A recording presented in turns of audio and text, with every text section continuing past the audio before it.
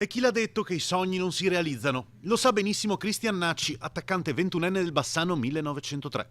Suo è il gol che ha chiuso definitivamente la terza sfida di Coppa Veneto vinta 3-0 dai giallorossi di Maino contro l'Eagles Pedemontana.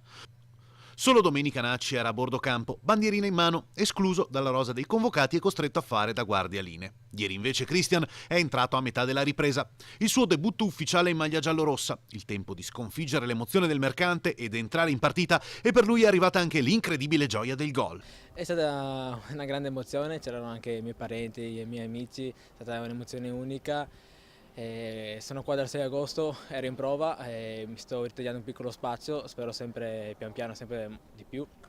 E l'improvviso da guardialine a fare gol è un attimo, quindi speriamo sia ogni domenica così.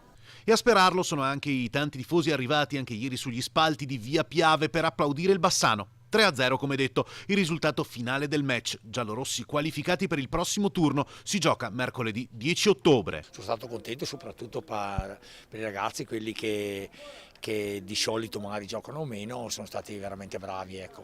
Tutti quanti, chi ha giocato dall'inizio, chi è entrato. Cristian è un ragazzo che è venuto qua in agosto, ha iniziato con noi, è rimasto con noi perché è un ragazzo che deve crescere sicuramente, però ha lo spirito giusto, quello che serve per un gruppo, insomma, ecco.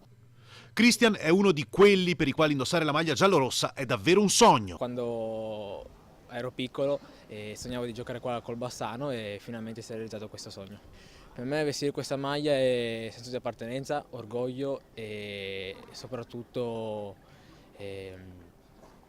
spirito di sacrificio, lottare su ogni pallone, su qualsiasi cosa, perché vogliamo vincere, vogliamo spaccare il mondo, abbiamo una fame pazzesca.